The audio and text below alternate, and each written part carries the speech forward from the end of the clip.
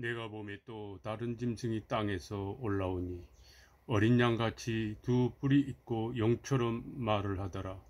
그가 먼저 나온 짐승이 모든 권세를 그의 앞에서 행하고 땅과 땅에 사는 자들을 처음 짐승에게 경배하게 하니 곧 죽게 되었던 상처가 나은 자니라.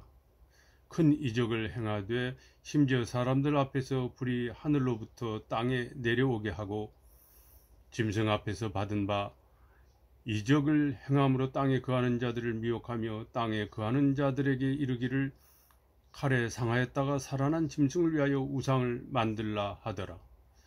그가 권세를 받아 그 짐승의 우상에게 생기를 주어 그 짐승의 우상으로 말하게 하고 또 짐승의 우상에게 경배하지 아니하는 자는 몇이든지 다 죽이게 하더라. 그가 모든 자 곧 작은 자나 큰 자나 부자나 가난한 자나 자유인이나 종들에게 그 오른손에나 이마에 표를 받게 하고 누구든지 이 표를 가진 자 외에는 매매를 못하게 하니 이 표는 곧 짐승의 이름이나 그 이름의 수라. 지혜가 여기 있으니 총명한 자는 그 짐승의 수를 세어보라.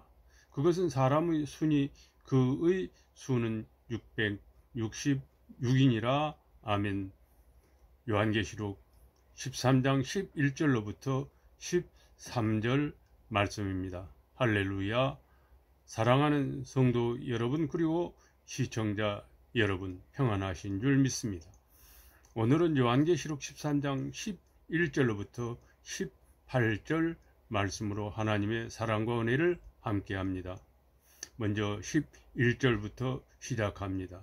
내가 봄에 또 다른 짐승이 땅에서 올라오니 어린 양같이 두 뿔이 있고 용처럼 말을 하더라.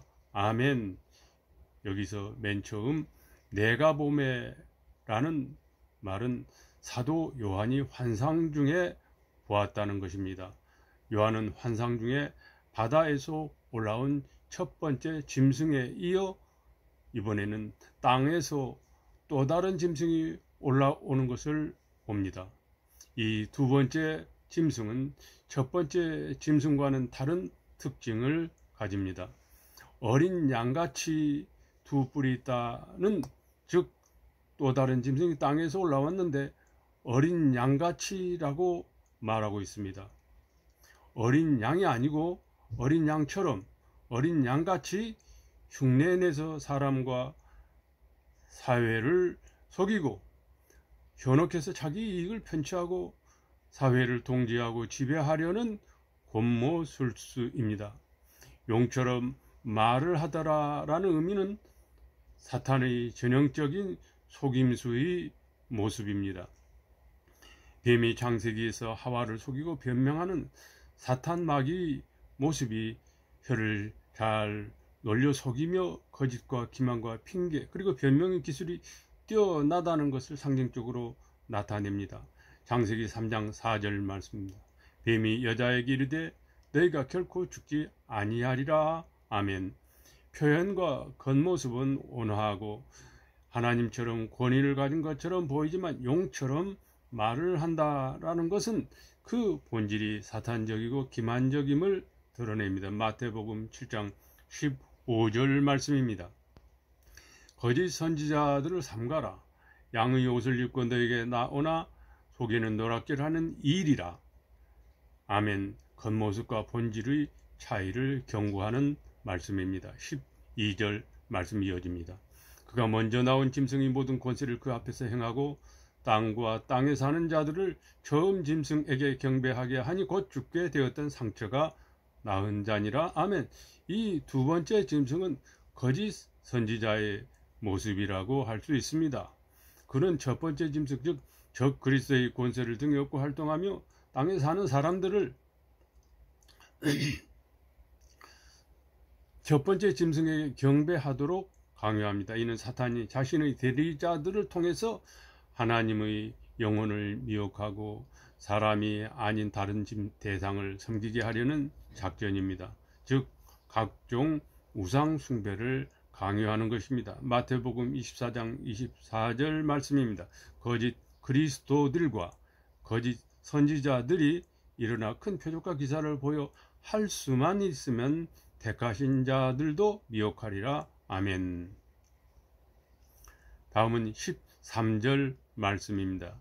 큰 이적을 행하되 심지어 사람들 앞에서 불이 하늘로부터 땅에 내려오게 하니. 아멘. 두 번째 짐승은 사람들을 미혹하기 위해 큰 이적을 행합니다. 심지어 하늘에서 불이 내려오게 하는 기적까지 보여주는데, 이는 구약시대 엘리야 선지자가 행했던 기적을 모방하며 자신의 권위를 과시하고 흉내내는 모습입니다. 열왕기상 18장 38절 말씀입니다. 여호와의 불이 내려서 번제물과 나무와 돌과 흙을 태우고 도랑의 물을 핥은지라. 아멘. 엘리야의 기적의 말씀입니다. 14절 말씀 이어집니다. 땅에 거하는 자들을 미혹하며 칼에 상하였다가 살아난 짐승을 위하여 우상을 만들라 하더라. 아멘. 이적을 통해 사람들을 속였던 첫 번째 짐승, 즉 칼에 상하였다가 살아난 짐승, 즉 기적과 기사를 행했던 것을 이용하여 우상을 만들게 합니다. 이는 우상 숭배를 하게 하려는 것입니다. 15절 말씀입니다. 그가 권세를 받아 그 짐승의 우상에게 생기를 주어 그 짐승의 우상으로 말하게 하고, 또 짐승에게 경배하지 아니하는 자는 몇이든지 죽이게 하더라. 아멘. 더 나아가 두 번째 짐승은 우상에게 생기를 주어 말하게 하고 우상에게 경배하지 않는 자들을 죽입니다. 우상에게 생기를 주고 말하게 하는 것은 창세기 2장 7절에서 하나님이 사람에게 생기를 불어넣어 생명이 되게 하신 것을 모방하는 행위로 두 번째 짐승이 창조주 하나님까지 모방하려 함을 보여줍니다. 창세기 2장 7절 말씀입니다. 여호와 하나님이 땅이 흙으로 사람을 지으시고 생기를 그 코에 불어넣으시니 사람이 생명이 되니라. 아멘. 하나님이 인간 창조를 흉내내기까지 합니다. 이는 생명이 없는 우상에게 생명이 있는 것처럼 보이게 하여 사람들을 더욱 강력하게 미혹하고 혼란하게 하고 현혹하게 하는 수단입니다. 우상에게 생기를 부어 주었다는 생기라고 하는 헬라어는 뉴프마라고 하는데, 이 뜻은 성령, 영, 호흡 등 의미로 사용되는 단어입니다. 여기서 우상이 생명이 있는 것처럼 꾸미는 것입니다. 이는 하나님이 창조 행위를 흉내내는 두 번째 짐승의 거짓 속임수입니다. 다음은 16절 말씀입니다. 그가 모든 자 곧 작은 자나 큰 자나 부자나 가난한 자나 자유인이나 종들에게 그 오른손에나 이마에 표를 받게 하고 누구든지 이 표를 가진 자 외에는 매매를 못하게 하니, 이 표는 곧 짐승의 이름이나 그 이름의 수라. 제가 여기 있으니 총명한 자는 그 짐승의 수를 세어보라. 그것은 하나님의 수니 그 수는 666이니라. 아멘. 16절부터 마지막 절 18절까지 말씀입니다. 두 번째 짐승은 모든 사람에게 오른손이나 이마에 표를 받게 합니다. 이 표는 헬라어로는 카라그마라고 하는데, 긁힌 자국 또는 인, 낙인, 도장, 노예 표시를 나타내는 의미입니다. 매매라는 헬라어는 살 때의 살매는 아고라조라고 합니다. 뜻은 시장에 가다는 의미이며, 팔 때의 팔다의 팔매는 폴레오라고 합니다. 뜻은 바쁘다, 거래하다라는 의미입니다. 이는 거래관계에서 아주 적극적이고 밀접한 인간관계를 나타내는 표현입니다. 이 표 없이는 살아갈 수 없는 극단적인 통제 사회를 의미합니다. 이 표는 인간의 종속관계, 노예화를 의미하며, 짐승의 헬라어라는 헬라어는 데리온이라고 하는데, 이 뜻은 위험한 동물, 즉 독이 있는 사나운 짐승이라는 뜻입니다. 짐승의 이름이나 그 이름의 수라고 본문은 말하고 있습니다. 그 수는 바로 666이라고 본문은 말하고 있습니다. 성경에서 손은 행동을 나타내며 이마는 생각과 양심을 상징합니다. 짐승의 표는 사람들의 삶의 모든 영역, 즉 생각과 양심과 행동까지도 짐승의 통제 아래 있다는 것을 의미합니다. 무섭고 섬뜩한 의미입니다. 666의 세계가 우리 가까이 있다고 생각하지 않으십니까?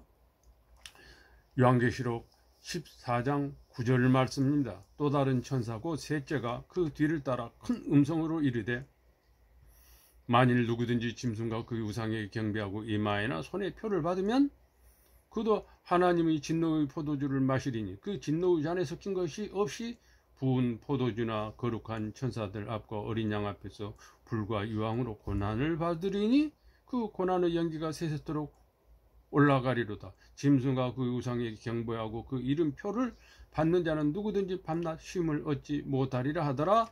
아멘. 예, 이 666이라는 이 숫자는 여러 가지 해석이 있지만 초대교회 당시 로마의 박해 상황과 연결하여 네로 황제를 가리킨다는 해석이 유력합니다. 네로 황제의 히브리어 음역을 숫자로 환산하면 666이 된다는 것입니다. 성경에서 7은 완전수인데 반해 6은 불완전을 상징합니다. 660은 불완전이 3번 반복되어 극도의 불완전함과 사탄적인 세력을 나타냅니다. 중요한 것은 이 숫자가 특정 시대의 포괄적인 권력이나 하나님을 대적하는 세력을 상징합니다. 그들의 통치 아래 놓인 사람들의 모습을 보여줍니다. 정치권, 국가, 단체, 각종 단체, 협회, 기관 등 모든 사회는 666으로 연결되는 경우가 아주 많습니다.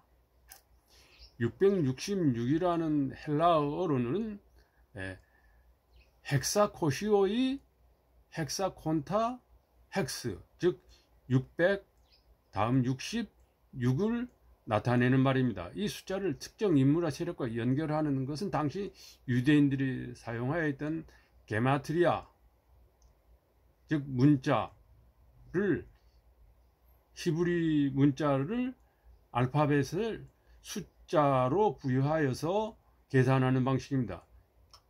18절에서는 사람의 수, 즉 헬라어로는 아리스모스 안스로포라고 하는 이 사람의 수라는 것은 이 숫자가 인간적인 한계, 불완전함, 특정 집단, 즉 특정 이익 집단, 권력 집단 등 이념과 사상의 집단 또는 이익 집단, 정치 집단 같은 것들을 총칭한다고 할 수 있을 것입니다. 사랑하는 성도 여러분, 그리고 시청자 여러분, 오늘 우리는 요한계시록 13장 11절부터 18까지 말씀을 통해서 말세에 나타날 두 번째 짐승과 짐승의 표 666에 대해서 깊이 묵상했습니다. 이 말씀은 우리에게 두려움을 주기 위함이 아닙니다. 마지막 때 우리가 무엇을 경계하고 어떻게 살아가야 할 것을 보여주는 우리 영적, 신앙적 교훈의 메시지입니다. 우리는 땅에서 올라온 두 번째 짐승이 겉으로는 어린 양처럼 온화해 보이지만 속으로는 용처럼 사탄의 본성을 가지고 있음을 보았습니다. 창세기 3장의 뱀이 마지막 요한계시록에서 용으로 변환되었습니다. 그는 거짓 선지자로서 첫 번째 짐승의 권세를 등에 업고 사람들을 미혹하며 심지어 하늘에서 불을 내리는 듯한 큰 이적까지 행합니다. 그리고 사람들에게 짐승이 우상을 만들게 하고 그 우상에게 생기를 주어 말하게 함으로써 하나님을 모방하고 사람을 속이고 현혹하게 합니다. 또한 우리는 짐승의 표 666이 상징하는 극단적 통제와 억압을 보았습니다. 이 표는 단순히 숫자가 아닙니다. 우리 생각과 행동, 나아가 경제 활동까지도 하나님이 아닌 다른 세력에게 종속시키려는 시도를 의미합니다. 마지막 때는 신앙을 지키는 것이 경제적인 불이익이나 사회적인 고립으로 이어질 수 있음을 나타냅니다. 사랑하는 성도 여러분, 그리고 시청자 여러분, 그러나 두려워하지 않아도 됩니다. 걱정하지 않으셔도 됩니다. 요한계시록은 동시에 성도들의 인내와 믿음을 강조하고 있습니다. 짐승의 표를 받지 않고 믿음을 지키는 자들에게는 영원한 생명과 하나님 나라가 약속되어 있습니다. 우리에게는 오직 승리만 있을 뿐입니다. 666이 사람의 수국 불완전한 인간 권력의 상징이라면 우리는 온전하고 완전하신 하나님, 알파와 오메가 되시는 예수 그리스도를 믿음으로 승리합니다. 사랑하는 성도 여러분, 시청자 여러분, 이 말씀을 통해 우리는 마지막 때에 더욱 깨어 기도하며 하나님의 말씀으로 무장하고 거짓된 가르침과 세상 유혹에 흔들리지 않는 굳건한 믿음을 가져야 함을 깨닫습니다. 짐승의 표가 상징하는 세상의 가치와 시스템에 굴복하지 아니하고 오직 예수 그리스도만을 우리 주인으로 삼고 살아갈 때 우리는 어떠한 고난과 환난과 핍박 속에서도 승리할 수 있습니다. 이 시간 요한계시록 13장의 말씀을 마음에 새기며 오직 예수님만을 경배하고 따르는 믿음의 용사들이 되기를 예수 그리스도 이름으로 간절히 기도하고 축원합니다. 아멘. 할렐루야. 아멘.